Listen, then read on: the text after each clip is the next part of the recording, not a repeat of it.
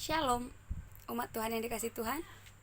Saat ini saya akan membawakan sebuah khotbah yang berjudul Jadilah pelita yang menerangi sekitarmu, yang dikutip dari Lukas 11 ayat 33 sampai 36. Judulnya Pelita Tubuh. Saya akan bacakan untuk kita semua. Lukas 11 ayat 33 sampai 36. Tidak seorang pun yang menyalakan pelita lalu meletakkannya di kolong rumah atau di bawah gantang, melainkan di atas kaki dian, supaya semua orang yang masuk dapat melihat cahayanya. Matamu adalah pelita tubuhmu. Jika matamu baik, teranglah seluruh tubuhmu. Tetapi jika matamu jahat, gelaplah tubuhmu. Karena itu, perhatikanlah supaya terang yang ada padamu jangan menjadi kegelapan. Jika seluruh tubuhmu terang dan tidak ada bagian yang gelap, maka seluruhnya akan terang. Sama seperti apabila pelita menerangi engkau dengan cahayanya. Ya, saudaraku yang terkasih dalam nama Tuhan Yesus Kristus, di sini saya akan menjelaskan apa sih pelita. Pelita itu adalah cahaya atau lampu yang bersumbu kecil dengan dorongan minyak tanah. Lampu itu masih dipakai mungkin tahun-tahun 2000, tahun 2000-an itu masih ada ya. Kami masih memakainya di kampung seperti itu. Ketika saya belajar, saya akan sengaja mendekatkan muka saya ke lampunya gitu kan, sehingga muka saya hitam seperti itu. Itu biasanya saya gunakan ketika saya belajar dulunya ya. Lampu itu biasanya diletakkan di atas meja supaya menerangi tempat yang gelap. Dengan cahayanya kita akan bisa merasakan terang seperti itu. Karena zaman dulu itu masih susah listrik ya. Dengan adanya lampu itu kita bisa hidup dengan tenang. Lampu itu akan hidup jika didorong dengan minyak tanah. Sama seperti kita bisa hidup ketika kita memiliki dorongan dari Tuhan Yesus. Ketika kita memiliki komunikasi dengan Tuhan Yesus. Ketika kita menjalin hubungan dengan Tuhan Yesus, maka kita akan hidup. Sama seperti lampu itu, sama seperti pelita itu, dia akan hidup ketika dia menjalin hubungan dengan minyak lampu tersebut. Dengan adanya sumbu, dia akan menjalin hubungan dengan minyak lampu dan dia akan hidup seperti itu ya. Kegunaannya yaitu untuk menerangi sebuah kegelapan seperti itu. Sama dengan hidup kita. Ketika kita gelap, ketika mata kita gelap, maka gelaplah seluruh tubuh kita.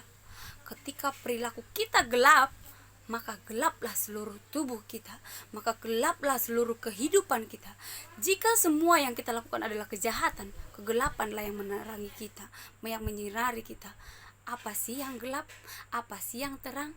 Apa sih makna terang itu? Terang itu artinya cahaya, bersinar, sementara gelap itu yang menutupi cahaya. Tapi tenang, ketika cahaya itu ditutupi dengan kegelapan, namun ketika cahaya itu terus berkomunikasi dengan minyak tadi, dia akan semakin menyala. Semakin sumbu diperpanjang, maka api akan semakin menyala seperti itu ya.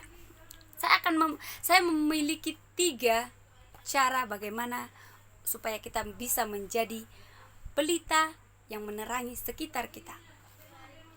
Yang pertama yaitu jadilah pelita yang mengandalkan minyak lampu atau minyak tanah, yang artinya jadilah anak Tuhan yang tetap mengandalkan Tuhan, atau anak Tuhan yang memiliki komunikasi yang dekat dengan Tuhan. Ayat Alkitabnya saya kutip dari Yeremia 17 ayat 7 yang isinya adalah, diberkatilah orang yang mengandalkan Tuhan dan yang menaruh harapannya kepada Tuhan.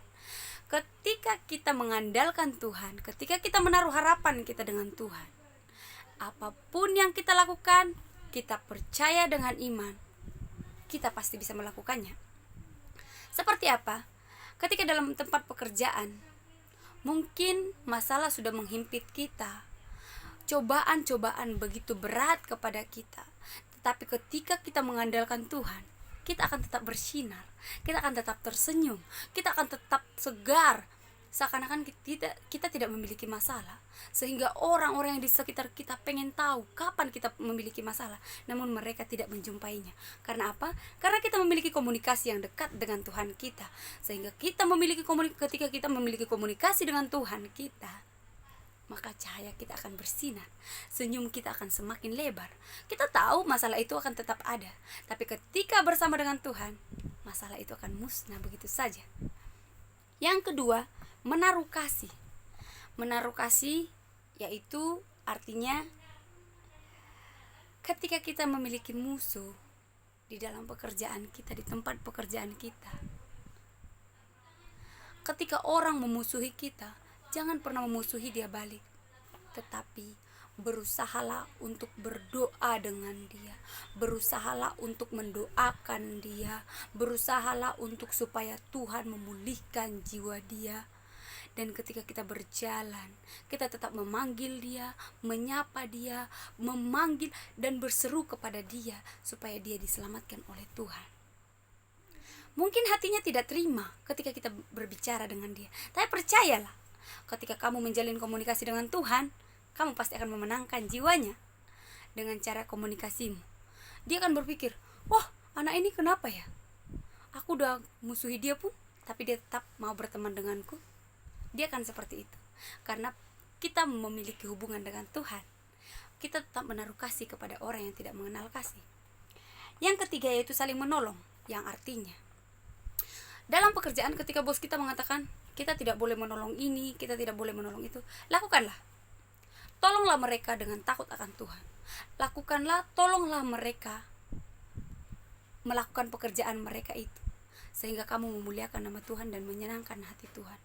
Dan ketika kamu melakukannya, kamu akan mendapatkan sebuah pujian dan nama Tuhan akan dimuliakan.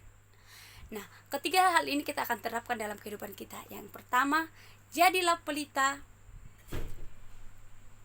yang mengandalkan minyak lampu, yang artinya jadilah anak Tuhan yang mengandalkan Tuhan. Yang kedua, menaruh kasih.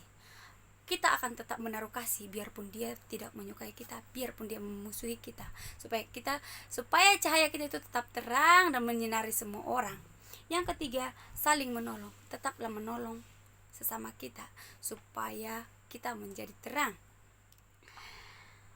Karena cahaya itu bukan diletakkan di bawah kaki kita, tetapi cahaya itu dikeluarkan dari aura hati kita. Cahaya itu bersinar ketika kita bersinar bersama dengan Tuhan. Cahaya itu akan diperlihatkan ketika kebaikan yang keluar dari hidup kita. Jadilah anak-anak Tuhan yang takut akan Tuhan dan tetap mengandalkan Tuhan. Dalam nama Tuhan Yesus memberkatimu. Haleluya. Amin.